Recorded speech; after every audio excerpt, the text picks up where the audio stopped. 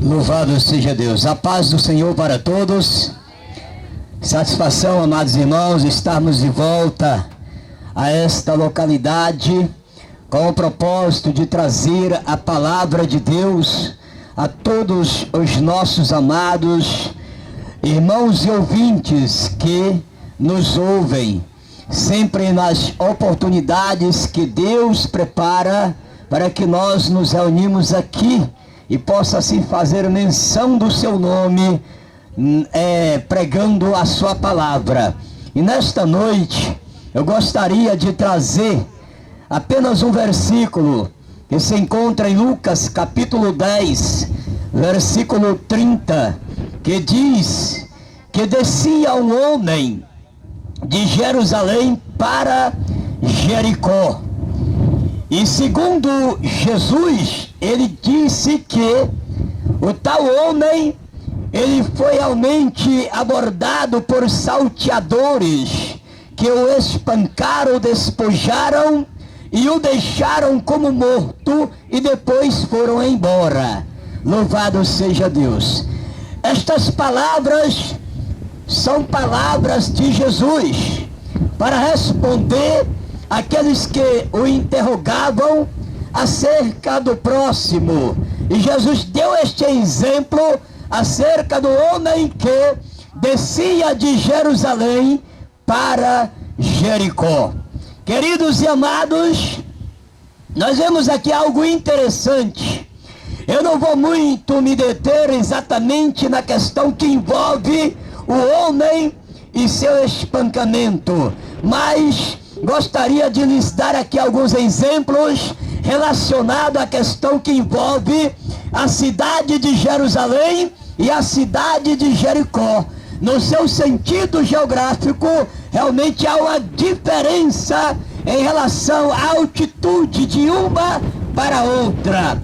Olha, a distância que envolve Jerusalém e Jericó não é muita. É apenas 23 quilômetros de distância de uma para outra. Em relação à questão que envolve a altura, nós podemos afirmar que Jerusalém está a 760 metros acima do nível do mar, enquanto que Jericó está a 272 metros abaixo do nível do Mediterrâneo, abaixo do nível do mar. Então, há uma diferença exatamente de uma para outra. Louvado seja Deus. Mas vamos trazer aqui nesta noite um pequeno comentário sobre Jericó. Jericó foi uma cidade muito conhecida na antiguidade, né? Uma cidade importante. No entanto, ela também foi uma cidade que sofreu e presenciou as maravilhas de Deus. Nós observando em Josué capítulo 6, versículo 26, nós podemos ver a forma como Deus começou a visitar Jericó. Aleluia! É bem interessante porque Deus destruiu Jericó e não precisou de ninguém para fazer aquilo, apenas do seu povo fazendo procissão em volta das muralhas de Jericó. Diz a Bíblia que por 7 dias o povo de Deus esteve em procissão em volta das muralhas de Jericó, em volta da cidade de Jericó. Parecia intransponível, parecia que Jericó era invencível, mas Deus na verdade mostrou que para ele nada é impossível. Apenas ordenou que houvesse uma procissão em volta das muralhas por 7 dias, sendo que na verdade esta procissão se repetiu por 13 vezes. Então houve 13 voltas ali em volta de Jericó. Aleluia! E no final dessas 13 voltas, o que aconteceu? Deus, ele moveu a sua mão contra Jericó, e Jericó foi destruída. Louvado seja Deus. Jericó foi destruída.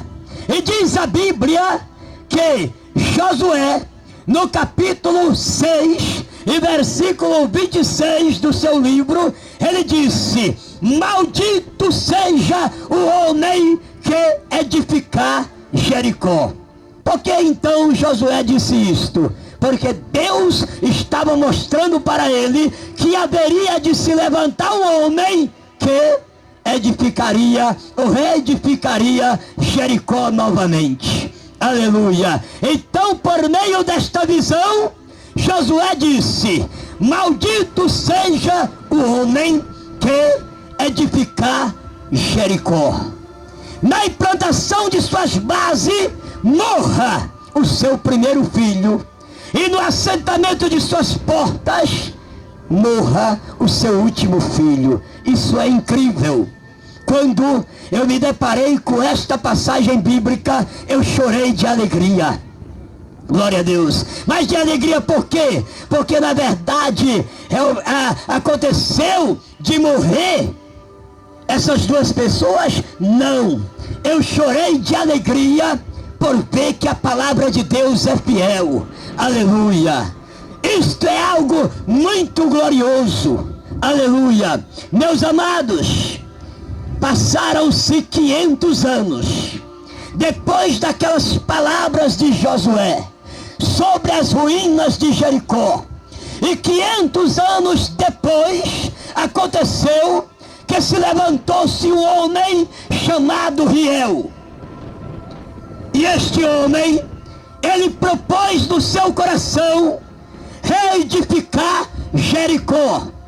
E a Bíblia diz que no lançamento de suas bases morreu Abirão, o seu primeiro filho. E no assentamento de suas portas morreu Segube, o seu único filho. Aleluia. 500 anos depois, a profecia de Josué, filho de Nun, ela teve cumprimento. Esta passagem certamente deve estar em 1 Reis, capítulo 16, para que outras pessoas possam então examinar o cumprimento desta profecia que se deu 500 anos depois das ruínas de Jericó. Aleluia. Riel edificou Jericó. E diz a palavra de Deus que nos dias de Jesus, ele visitou muitas vezes Jericó. Aleluia. Mas a Bíblia nos ensina que Jesus sempre passava por outros locais para depois ir a Jericó. Aleluia. O capítulo 10 e versículo 46 e 47 de Marcos nos mostra com evidência exatamente o que estamos falando. Depois destas coisas, diz a Bíblia que Cristo foi a Jericó. E ali em Jericó aconteceu coisas maravilhosas. Jericó, palco das maravilhas de Deus. Aleluia. Só para você entender, Jesus, ele não ia diretamente a Jericó. A Bíblia diz, depois Jesus foi a Jericó. O que significa que na verdade Jesus teve que fazer outras coisas para depois ir a Jericó. O que mostra que Jesus não estava muito interessado em sair de sua casa, trilhar um caminho diretamente para Jericó, mas passava em outros lugares. Aleluia. No entanto, a Bíblia diz, conforme o texto que nós lemos nesta noite, que havia um homem que descia de Jerusalém para Jericó. Vamos comentar um pouquinho sobre isso. Jerusalém, cidade do grande Deus. Jerusalém, berço dos oráculos sagrados. Jerusalém, terra de profetas. Mas a Bíblia diz que o homem descia de Jerusalém. Para onde? Para Jericó. Jericó, uma cidade que representava em seus dias o mundo, um lugar de grande agitação. A Bíblia diz que Jesus entrou e passava por dentro de Jericó, o que significa que a avenida central, ou principal, ela cortava a cidade. E ali era um lugar onde se concentrava os comerciantes, os visitantes, os viajantes. As pessoas sempre passavam por meio ou por dentro de Jericó. Louvado seja Deus. E a Bíblia mostra-nos que aquele homem deixava Jerusalém e descia para Jericó. Meus amados irmãos, que decisão! Deixar a cidade do grande Deus e se aventurar no caminho para o mundo, conforme Jericó representava. É uma decisão de risco.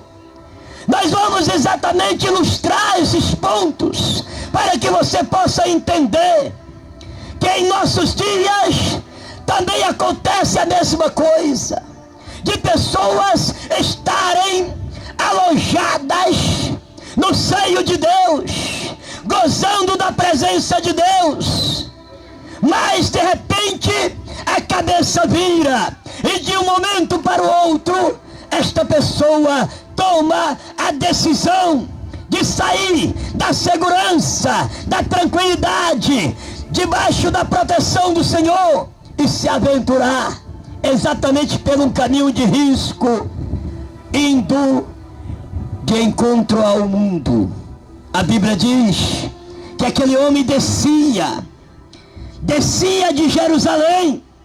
Glória a Deus. E significa que ele realmente caiu.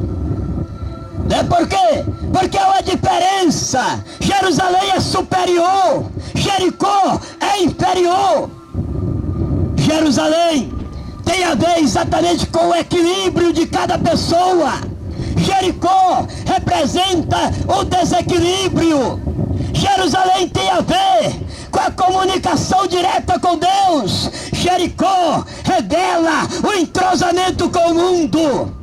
Mas aquele homem, ele não pensou em nada disto. Ele simplesmente tomou uma decisão e se aventurou pelo caminho. Será que não é isto que tem acontecido com centenas e milhares de pessoas que Jesus realmente o chamou? Algumas delas até nasceram em lares cristãos, gozando da proteção, do cuidado e da providência de Deus, mas sentiram no seu coração a curiosidade de conhecer os prazeres do mundo. E assim sendo, eles na verdade caíram da graça, desceram de encontro ao mundo e suas fantasias. O problema não é a largada, muito menos a chegada, mas o meio do caminho. O que acontece é que Jesus disse que aquele homem que descia de Jerusalém, ele foi surpreendido por salteadores no meio do caminho. E o que os salteadores fizeram? Despojaram ele, roubaram, tiraram tudo quanto era dele, e depois o espancaram, e em seguida abandonaram como morto no meio do caminho. Queridos, ilustradamente é isto que tem acontecido com muita gente, que tem na verdade se precipitado em sair da presença de Deus, dar as costas para Jesus, saído do convívio cristão e se se aventurado pelo caminho mundano. E o resultado é que Satanás, com os seus demônios, não dispensa. E aí começa a castigar estas pessoas. Pessoas que realmente saíram do charco de lodo, da sarjeta, que foram levantados diante de Deus, que até pregaram, testemunharam, cantaram e louvaram o nome de Jesus, mas que deram as costas para o Senhor. E muitos deles tentam voltar, mas não conseguem, porque o diabo e os seus demônios o pegaram no meio do caminho e o deixaram como morto. Estão caídos, prostrados, arruinados em delitos e pecados, mergulhados no fracasso, na ruína que o diabo promoveu para suas vidas em consequência de uma decisão precipitada. Aquele pensamento ilusório: meu Deus, o que é que eu estou fazendo aqui? Dando aleluia, dando glória a Deus, sentado juntamente com os irmãos, quando o mundo tem tanta coisa bonita, e eu perdendo tempo. É a mensagem que o diabo coloca na mente de muitas pessoas, e elas, na verdade, enganadas, simplesmente caem da graça e se aventura neste mundo louco, fazendo a vontade da carne. Alguns têm a sorte de voltar, mas outros, na verdade, não conseguem. Conheci o diácono de uma determinada igreja, meu amigo, pregador, teólogo, e ele, na verdade, se deixou enganar, caiu da graça, se aventurou-se pelo caminho do pecado novamente. E um determinado dia os salteadores pegaram ele, amarraram, bateram, colocaram no porta-mala de um carro para matá-lo. E quando chegaram a um determinado local e tiraram para fora para terminar o serviço, Deus fez com que aparecesse ali um taxista, e naquele momento os faróis do carro deram em cima deles e eles correram, deixando lá aquele irmão desviado como morto, conforme disse Jesus. Despojaram, bateram e o deixaram como morto.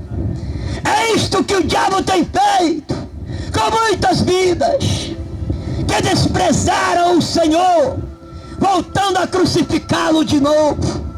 Mas Deus é misericordioso e espera que estas pessoas voltem ao seu juízo, como o filho pródigo, que chega exatamente para seu pai e no gesto precipitado diz: Pai, reparte entre nós a herança, dai-me a minha parte porque eu vou embora.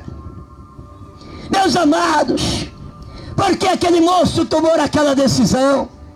Se ele vivia exatamente ali numa zona de conforto, onde nada lhe faltava, ele aborreceu a bondade, aborreceu os privilégios, achou que aquilo não tinha muito valor para ele, e se aventurou-se no mundo, deixando o berço da segurança para se entregar ao vazio. Resultado, padeceu, teve sorte, porque o seu juízo voltou e ele decidiu retornar à casa do pai. Que coisa linda! É quando na verdade a pessoa, ele percebe que fez uma besteira, que tomou uma decisão precipitada e ainda descobre com o tempo que precisa voltar para a casa do papai novamente, Glória a Deus. Isto é muito glorioso. Eu não sei para que o Espírito Santo nesta noite está falando. Se para alguém aqui entre nós ou para alguém mais distante. Só sei que Deus está falando com alguém que na verdade tem se aventurado no caminho da indecisão, tem se precipitado, mas que descobre que errou e que precisa voltar atrás. Glória a Deus. E Deus o aguarda com alegria a decisão desta pessoa. Aleluia. A Bíblia diz que aquele moço que descia de Jerusalém, ele não morreu, foi deixado como morto. Mas aí na parábola diz a Bíblia que é o bom samaritano, sem falar que nos outros personagens que passaram de largo, ia descendo e viu aquele moço. E o que ele fez? Ele na verdade chegou pertinho dele e ali ele socorreu a tempo. Aleluia. E neste socorro ele o leva e o deixa, vamos entender figuradamente, deixa nas mãos de um médico e lhes entrega 2 dinheiros e diz: aí está, 2 dinheiros para que tu tome conta deste moço, cuida dele, faz o que for possível. Se alguma coisa faltar, quando eu voltar, eu acertarei contigo. Estamos falando exatamente de próximo. E o Senhor nos ensina, mostrando a atitude do bom samaritano, e entregando 2 dinheiros, a fim de que aquele homem, aquele médico, cuidasse do doente. Os 2 dinheiros representam aqui os 2 mandamentos, os maiores: amar a Deus sobre todas as coisas e o próximo como a nós mesmos. Se alguma coisa faltar, quando eu voltar, eu te pagarei. Um novo mandamento te dou, que vos ameis uns aos outros, assim como eu vos amei. É o acréscimo que realmente o Senhor nos ensina na parábola, um novo mandamento. Glória a Deus. Então, amados, a atitude de cada servo de Deus deve ser a mesma do bom samaritano: buscar pessoas que estão prostradas, pessoas que estão arruinadas, pessoas que estão afastadas, pessoas que estão distanciadas, pessoas que estão andando pelo caminho sem Deus, sem paz, sem salvação, mas que precisa de imediato de um cuidado, de um socorro, de uma solução para os seus problemas. E nós entendemos, sabemos e compreendemos que o nosso Senhor Jesus Cristo, Ele tem a solução, Ele tem a resposta para todas as perguntas e a solução para todos os problemas. Aleluia. Nesta noite, quero dizer para você que você não deve se demorar em vir a Jesus. Não importa o que tenha acontecido na tua trajetória, Jesus te ama mais ainda, porque Ele entende que você na verdade não discerniu, não teve o entendimento completo, se precipitou-se na sua decisão, tem sofrido por isto, mas o Senhor diz que está te aguardando. Aleluia. O Senhor diz que não te perdeu de vista. O diabo e os demônios até que tentaram te destruir, mas o Senhor não deixou, não permitiu que Ele realmente exterminasse com a tua vida. Glória a Deus, porque você pertence a Ele, você é dele. Ele morreu lá na cruz para te salvar. Mas a boa notícia é que ele não ficou na sepultura. Ele ressuscitou para te dar garantia de vida eterna. E sendo assim, ele está vivo para todo sempre. E independente de causas, motivos, razões ou circunstâncias, ele tem dito que te ama, que te perdoa e que está de braços abertos para te receber. Queridos, quando o Senhor realmente faz dimensão das parábolas do capítulo 15 de Lucas, o capítulo dos perdidos e achados, tanto da dracma, como da ovelha perdida, bem como também do filho pródigo, em todas as três parábolas, o Senhor diz que há alegria, aleluia. E a alegria marcante envolve exatamente ao filho que volta para casa. É marca registrada das parábolas. E o Senhor diz que há alegria no céu pelo um pecador que se arrepende, mais do que por 99 justo que não necessita de perdão. Amados, grave isso no seu coração, que se alguém for curado, é muito bom, é maravilhoso, principalmente para o doente, que a solução venha através dos dons de cura, ou pela operação de maravilha, ou da fé sobrenatural. É muito maravilhoso. Que a solução venha por meios de remédios, tratamentos clínicos, médicos, não importa. O que o doente quer é ser curado. Aleluia. Se nesta noite Jesus nos direcionasse a orar por alguém que estivesse cego e esta pessoa voltasse a ver, seria maravilhoso. Entende o que aconteceu com o cego Bartimeu? Ele estava na beira do caminho. Caminho de onde? Que dava para Jericó. Aleluia.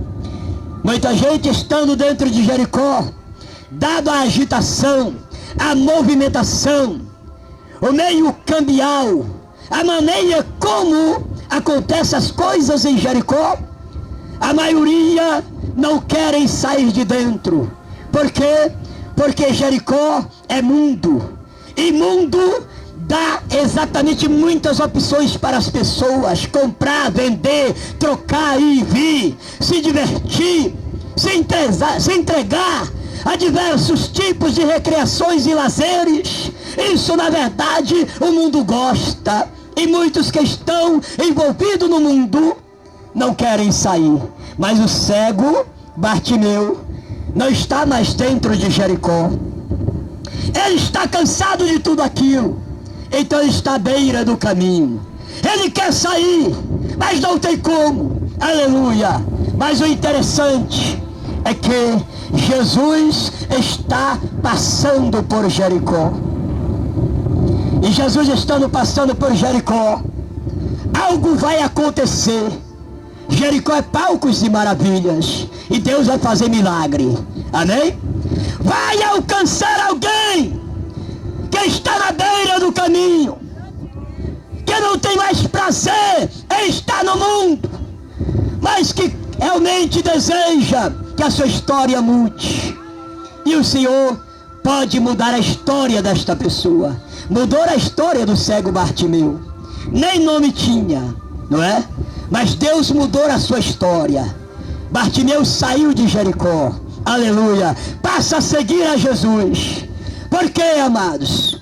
Quando a gente se desengana do mundo e das suas fantasias, o que resta para nós, senão um Salvador bondoso, amoroso, que deseja realmente perdoar os nossos pecados, nos alcançar e fazer maravilha nas nossas vidas. Glória a Deus. Então, o que acontece é que o cego foi curado.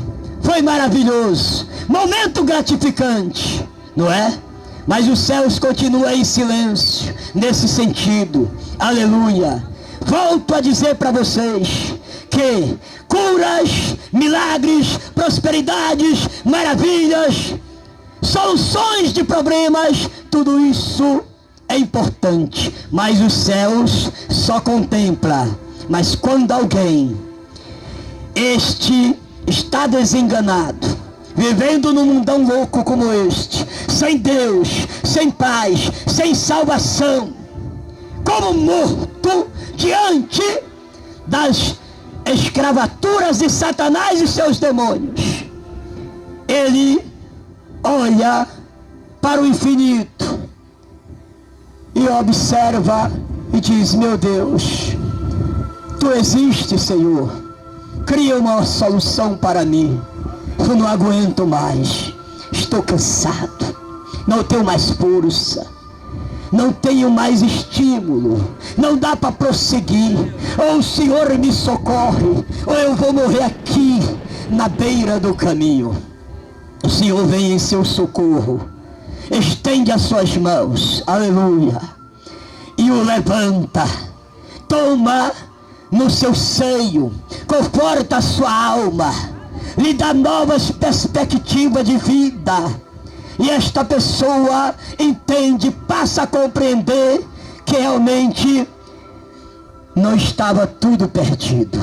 Jesus apareceu na hora. Sabe o que acontece? A Bíblia diz: haverá alegria no céu pelo um pecador que se arrepende, mais do que por 99 justos que não necessita de perdão. Aleluia. Os céus jubila, os céus comemora, os céus festejam pela conversão de uma alma arrependida que vem a Jesus, aceitando como Senhor e Salvador de suas vidas. Agora já não é mais a alma que está triste, aleluia. A alma que antes estava mergulhada no fracasso e no desengano, agora está alegre e os anjos festejam com ela. A tristeza agora é para Satanás e os demônios que lutaram, investiram, criaram todos os projetos para destruir aquela alma, mas não conseguiram, porque uma força misteriosa, soberana, gloriosa, o impediu deles destruir aquela vida. Perceba que no capítulo 5 de Marcos, havia um homem que dormia nos sepulcros e que muitas vezes era preso em correntes, mas nada o podia detê-lo, segurá-lo. Os demônios eram tão fortes que ele transformava aquelas correntes em pedaços. Aquele homem tinha se tornado o terror de Decápolis, uma região composta de 10 cidades, e que aquele homem percorria toda aquela região, trazendo medo e terror aos moradores daquela região. Um dia, Satanás disse: vou destruir esta vida. Por quê? Porque ele viu Jesus Cristo atravessando o mar, no barquinho, rumo a Gadara. E Satanás se apressou para acabar com a vida daquele homem, que ele havia transformado em um inferno. O cooperador Francisco disse que o inferno é o fim de uma vida sem Deus, não é? Então o que acontece? É que naquele dia, o diabo disse: chega, vou ter que acabar com o brinquedo, porque o príncipe da vida está vindo ao encontro dele, e antes que ele o alcance, o diabo diz que ia acabar com aquele homem. Mas, amados irmãos, veja o que acontece. Não dá tempo o diabo acabar com a vida daquele homem, porque Jesus, ele realmente chega primeiro na praia. E quando aquele homem, de longe, ele que vem possesso com milhares de demônios, os demônios falam na boca dele e diz para Jesus: que temos nós contigo, Jesus, Filho do Deus vivo, porque vieste nos importunar agora? Ele está dizendo: por quê que tu realmente chegaste exatamente neste momento? Porque não demoraste mais um pouquinho, e aí tu tinha encontrado simplesmente este homem afogado. Mas o Senhor Jesus chegou antes e disse: cala-te. Jesus não entrevistou o diabo ali, e nem fez isso em canto nenhum, apenas disse: cala-te. Mas depois o Senhor pergunta o nome dele, e ele diz: somos uma legião, porque somos muitos. Senhor, não nos mande agora para o abismo, nos manda para aquela manada de porco. E Jesus disse: ide. E naquele momento, todos os demônios que estavam na vida daquele homem saíram dele, entraram na manada de porco, e naquele dia morreram quase 2.000 porcos afogados no lago, né? A morte dos porcos era para aquele homem, mas Jesus chegou antes que o diabo pudesse destruir aquela vida. Jesus também está chegando para você nesta noite. O diabo tem arquitetado plano para destruir a tua vida, mas Jesus chegou antes para salvar você das garras de Satanás. Mais forte é o que constrói do que o que destrói. Jesus chegou, aleluia, e diz: vinde a mim, todos vós que estáis cansados e oprimidos. Opressão é coisa de Satanás, mas o Senhor diz: eu vos aliviarei. Jesus quer aliviar você nesta noite, aleluia. Jesus quer salvar você nesta noite. Pode ser a última oportunidade que você tem, mas o Senhor, Ele chegou exatamente para te dar a vitória. Não importa o quanto o diabo tenha judiado com você, o fim chegou, aleluia. Não importa o quanto os demônios tenham te castigado, o fim deste castigo chegou. Não importa, Jesus está dizendo: olha, aquele que crê em mim, ainda que esteja morto, viverá. Lembra do homem do capítulo 10 e verso 30 de Lucas? Foi deixado como morto, mas reviveu, aleluia. Aquele que crê em mim, ainda que esteja morto, viverá. E quem vive e crê em mim, jamais morrerá, aleluia. A maior revolta do diabo é que ele não pode matar um crente. Ele mata o incrédulo, mas um crente ele não mata, porque o crente já morreu. 5:24 de João: aquele que crê em mim e naquele que me enviou, este tem a vida eterna, não entrará em condenação, porque já passou da morte para a vida, aleluia. É por isso que nós estamos aqui, porque nós temos provado do dom celestial. Quando a nossa vida estava pelo fio, Jesus chegou, estendeu a sua mão, nos levantou, nos pôs de pé, aleluia, e disse: agora não tem mais quem possa mexer com você, porque aquele que vem a mim, de maneira nenhuma eu lançarei fora, e não há quem possa arrebatá-lo de minhas mãos, diz o Senhor.